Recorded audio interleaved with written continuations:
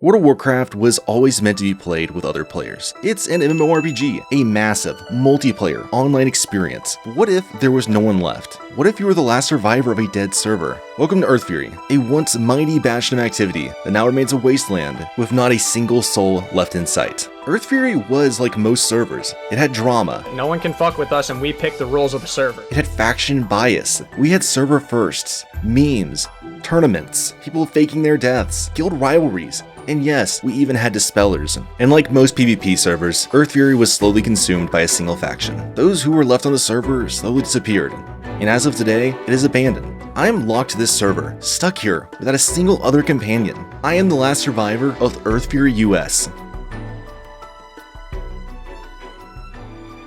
I'm sure you have a lot of questions, like why is Earthfury still running? During the Burning Crusade Classic, Blizzard closed 23 servers that had no population left, but they made a mistake. Earthfury was on this list, and it still had a very small player base left. When Earthfury got closed by Blizzard, the remaining players were pissed. Earthfury is a classic realm, not a... Realizing their mistake, Blizzard reopened Earthfury as a locked server. If you aren't on the server already, you can't make a character here. If you transfer off, you can never return.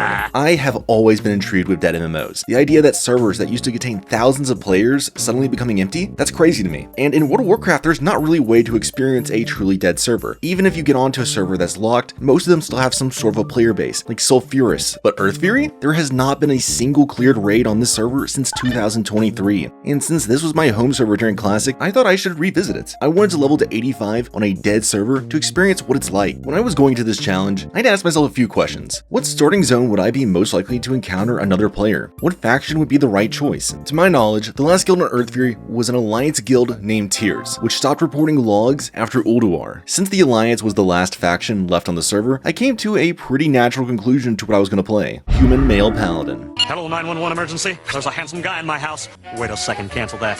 just like me. Which is honestly the answer to most of life's problems. Also, I will be roleplaying throughout this entire journey as a divine crusader sent by the big man himself to bring justice to a now dead Azeroth. And so, as the ancient prophecies foretold, the wheel of time now turns onto me, the last Swagstar in a swagless world. Anyways, enough of the dramatics, let's talk about leveling. In Cataclysm, leveling is fast, even without heirlooms. In under 30 minutes, I was level 7, and I had completely forgotten that heirlooms existed until I died in the Fargo Deep Mines.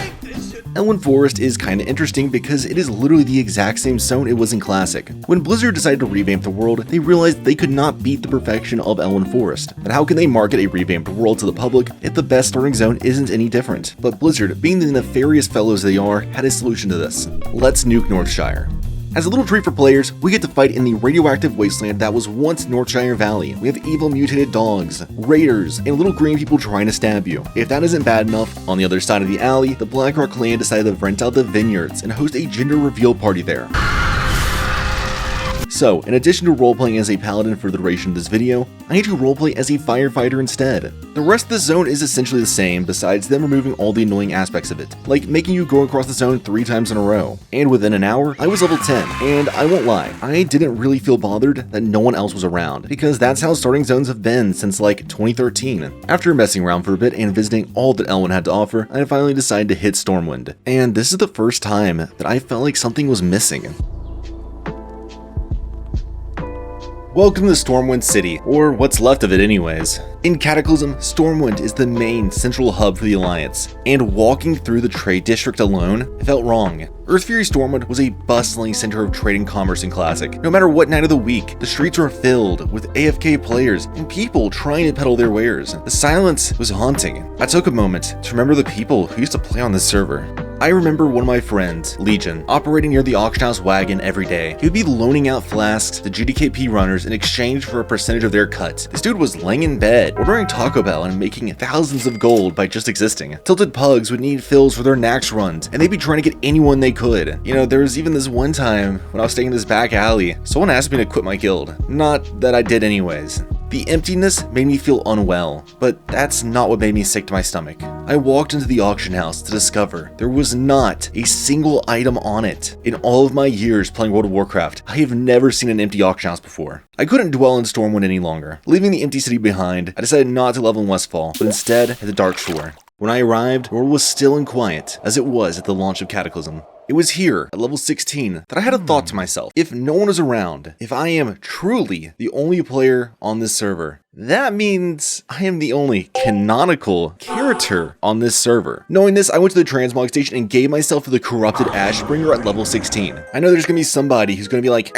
Sentinel, you canonically aren't the one wielding it. Shut up, I'm on the dead server, and I get to say that I am now the canonical wielder of the corrupted Ashbringer. Also, another option is now open for leveling, Dungeon Finder. However, I felt that it was completely against the spirit of this challenge to actually associate with other servers. No offense, Benediction players, I can literally smell you from here. At level 20, I learned how to ride a mount, and since I'm a paladin, I get my first training for free. This was probably the hardest decision of the entire run. What mount would I use for the entire time while I was here? I originally popped up on a Swift Zulian Tiger, but I felt that it would be overkill to have both the Tiger and the corrupted Ashbringer route simultaneously. But since I'm roleplaying a devout, holy crusader stuck in the middle of limbo, I'm going to use paladin mounts exclusively. It is around this time that you might be noticing that I have runecloth bags out of nowhere. Well, I am alone on this server, entirely, but that does not mean I do not have any resources left. Meet Targray, my rogue. Targray is a member of Band Boozled, a grief guild we had during COVID Classic. When Earthfury died, the last place I had him was in Shatrap City doing God knows what on him. When the mass exodus hit Earthfury, I forgot about Targray,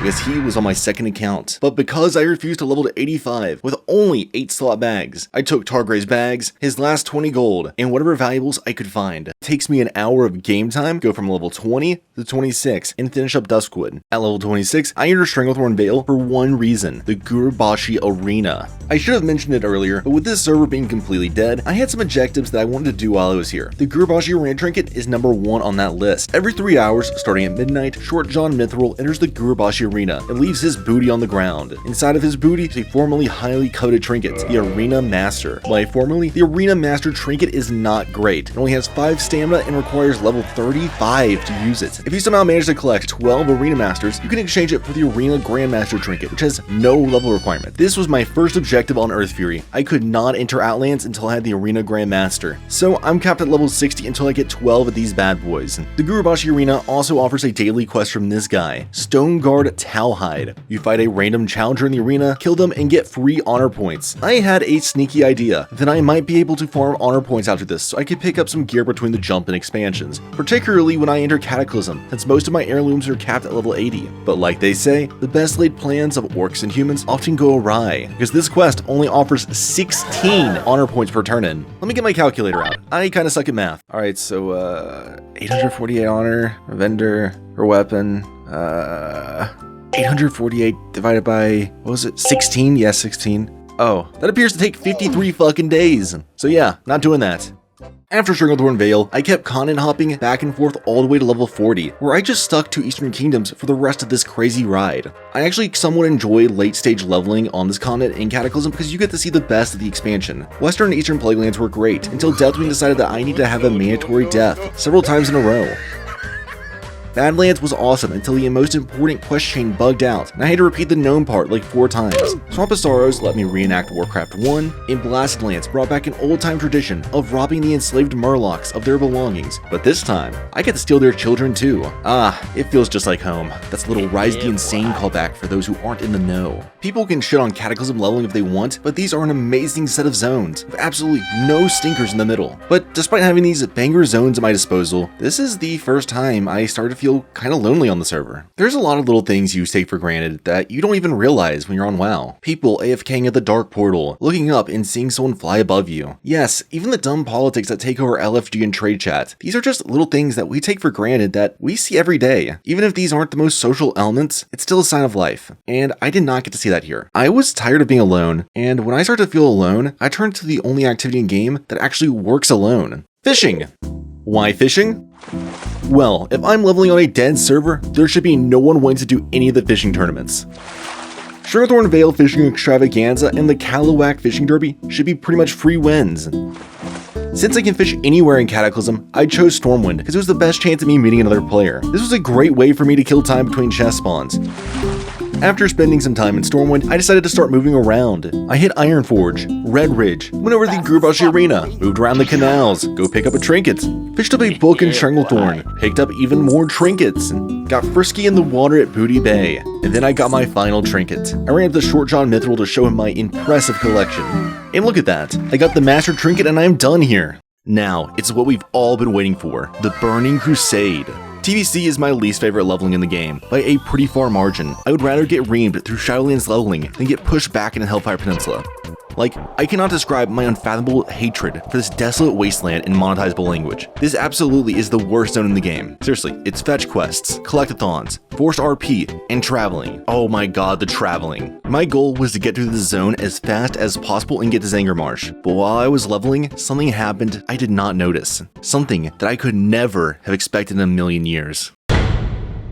When I hit level 60, I was looking up at just the right moment to see this. Someone captured a tower. Someone just captured a tower. Someone from the Horde? Another player? Were my eyes deceiving me? With every bit of urgency, I ran as fast as I could to those towers. I sprinted across Hellfire Peninsula. I didn't even bother to learn flying. My goal was just getting there as fast as humanly possible. The captured tower was the Overlook, the closest location to the Horde base. The next logical area they'd have to visit after that is the stadium. When I arrived, I didn't see anyone until I was attacked. Combat was engaged. I didn't want to kill this player, no, I just wanted to coexist with them. But they chose violence. Hammer of justice. I sat back and gave them a second to repent, like the true holy man I was. I thought they had a change of heart for a moment, but it was a ruse. They purged me of my God-given buffs. At that moment, it was either me or them, and I had to make the right choice. Senora lay dead at my hands. No, wait, okay, yeah. Senora lay dead at my hands. I just stood there and stared at her. I was genuinely shocked by what might have been the only other player on the server. Earthfury, a server known for constant warfare between the factions, it continued on to their final two players. Was it symbolic that the Horde tried to wipe the Alliance out on Earthfury, that they failed? Or were we just two victims, hardened by the never-ending race war? The server's last two 60s, just fighting to the death to be the last survivor of a dead server. And while I mourned the loss of the only other player on the server, they logged out. I absolutely freaked the fuck out and got on a Horde character to send them an in-game letter that appropriately reflected my feelings. Please don't leave, please don't leave, please don't leave, please don't leave, please don't leave, please don't leave, please, oh my god, please don't leave, please don't leave. As I walked away from the stadium, I remembered one thing, how god-awful TBC leveling is. So I want to take a break from it. And guess what? There's no better way to do so than to go after another highly contested item in the game for free. Which item is it? The Darkmoon Master Pit Fighter Trinket. Just like the Gurubashi Arena, there is a arena in the Darkmoon Fair. You know the drill. Every 3 hours, chest gets dropped, people fight and die, someone gets trinkets. However, imagine my surprise that I get there 2 whole minutes before the event starts, and the chest was already spawned in. I didn't really know what to make of this, so I just took the trinket and went on my day. I went back to leveling and I eventually hit Nagrand. I thought I might try to take on the Ring of Blood. This failed miserably.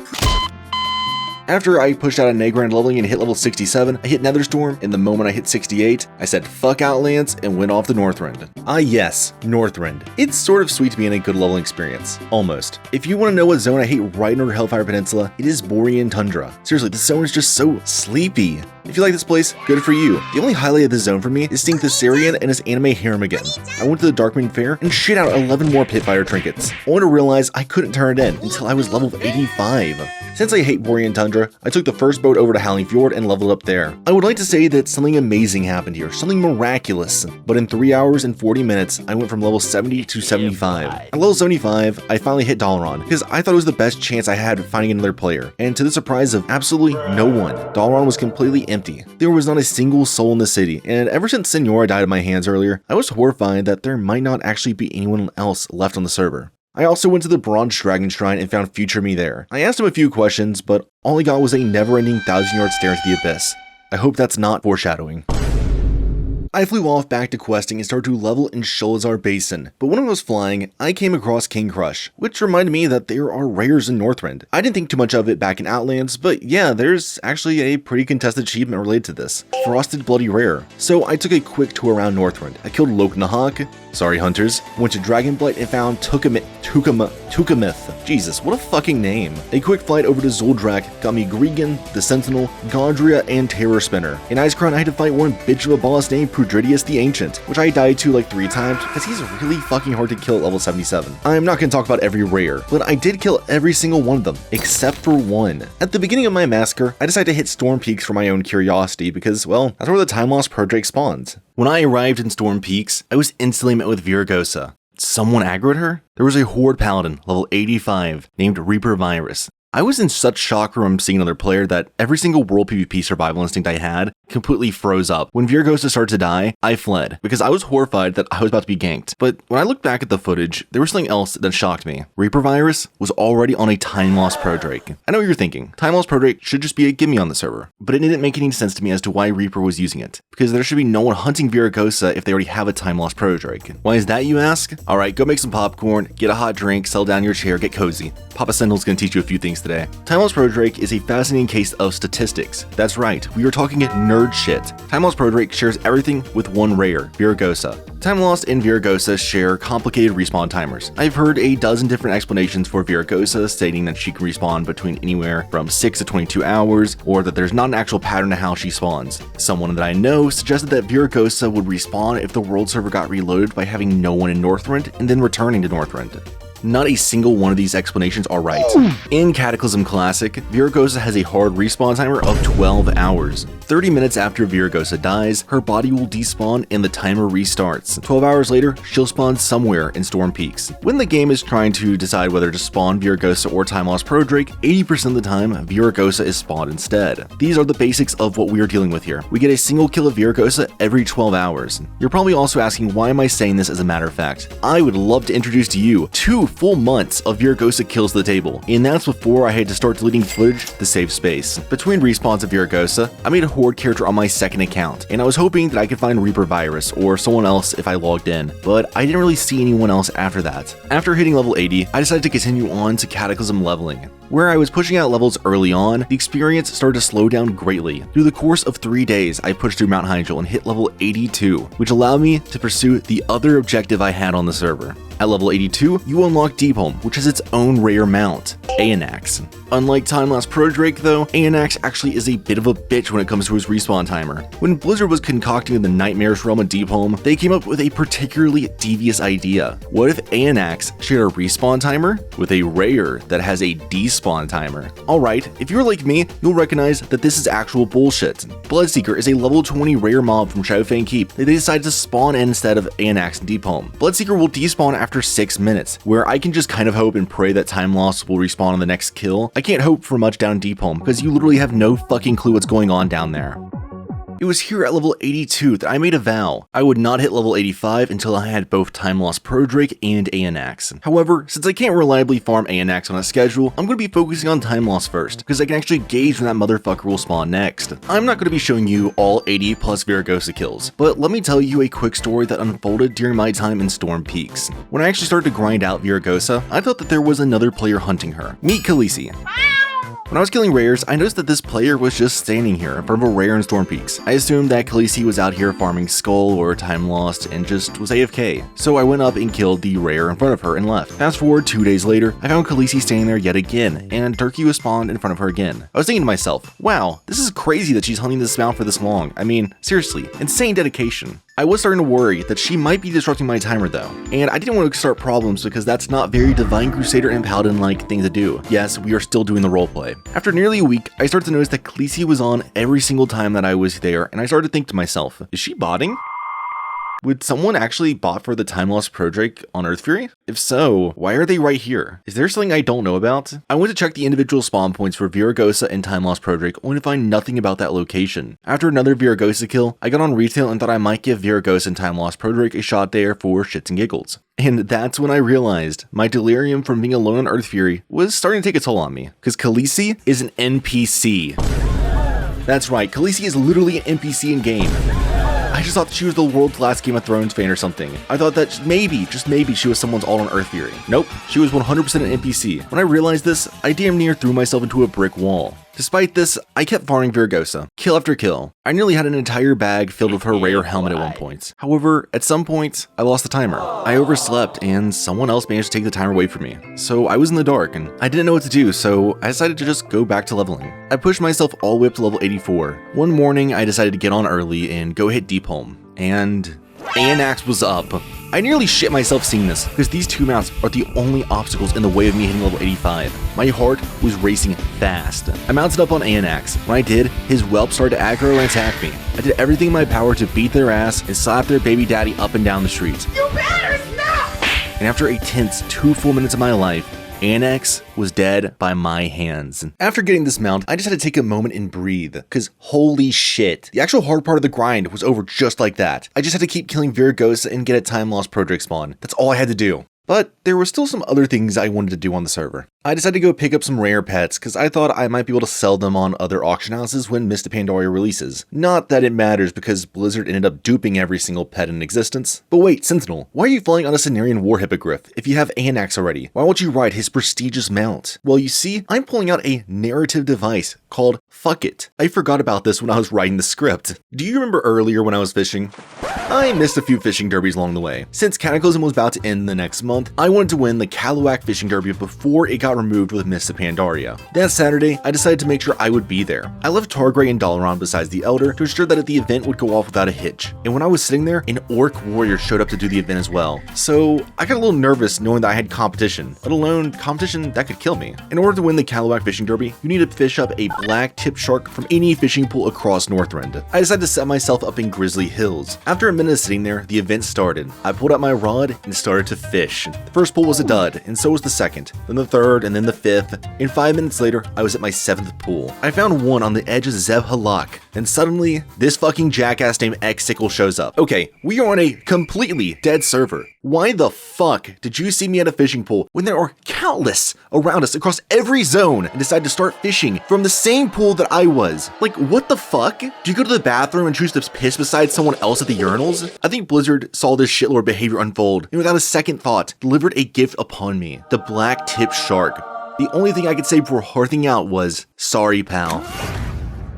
I got back to Dalaran quickly and boom, I got my Dread Pirate ring. And as I got my Master Angler achievement, all I could say was, fuck you, X-Sickle. I hope you've never seen that time lost project spawn or whatever the hell you're doing on this dead server. I am the last survivor here, you hear me? That's the name of the fucking video. Don't you ever fucking photobomb my fishing pool again. Alright, back to post-Anax. Where were we? Oh yeah, I managed to reclaim the timer. I was really thankful I could get this back quickly because I was actually dreading waiting around for it. The next literal day, I decided to go out there and do a loop around Storm Peaks, and I couldn't find Viragosa. I thought I lost the timer again, and I was about to log out. Then there he was. When I say I beeline it towards him, that would be an understatement. It was a primal vicious instinct that made me just fight without a second thought. I took him down with a quick, crushing blow. Of course, the first thing I did was flex both mounts in my guild Discord, much to the chagrin of my guildies. With both Anax and Time Lost acquired, this meant I could finally go hit level 85. And so, I descend upon the Twilight Highlands for the final time. After finishing the majority of quests, and with only 1 bar left, I wanted to have an epic conclusion to my leveling experience that would feel fully immersed into my server-wide Paladin roleplay. I found myself in a deep, dark cave, filled with the bodies of red dragons. At the end of it was a true evil, Tarvis the Vile. Without a second thought, I rushed in to defeat this grand evil.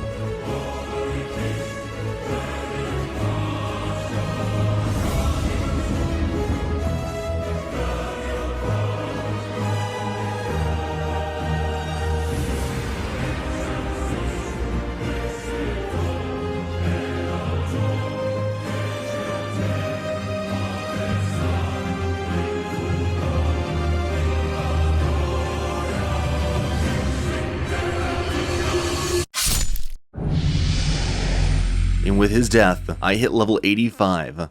I was done. I went to the Darkmoon Fair and descended down the mountainside. My final quest ending at the Deathmatch Pavilion. I turned in my pit fighters and picked up my Darkmoon Deathmatch Master Trinket. As I sat there looking at my trinket, a wave of relief came over me. I'm finally done here. I no longer had to pray that I had to randomly stumble upon Anax. I am glad that I do not have to log in every 12 hours to kill Viragosa anymore. I'm done. And at the end of the journey, it made me think. It wasn't all that long ago that I was playing on this server with my friends. It wasn't all that long ago that thousands of other people were on this server. There are people that I know, and I still know, that I met here, that I talk to daily. Earthfury was once my home, and even if the world is still the same on every other server, I was just happy to experience leveling here one last time. Maybe some older players will come back to this server after this video. Maybe they're just gonna grind out goods or rares like I just did. But that wasn't why I came here actually. I came because I wanted to see what it was like to play on an abandoned server. And I felt like I was back home after years abroad on Whitemane and Fairlina. Even if this challenge took some time,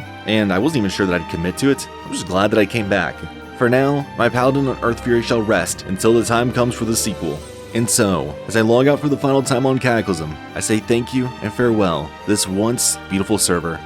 Goodbye, Earthfury-US.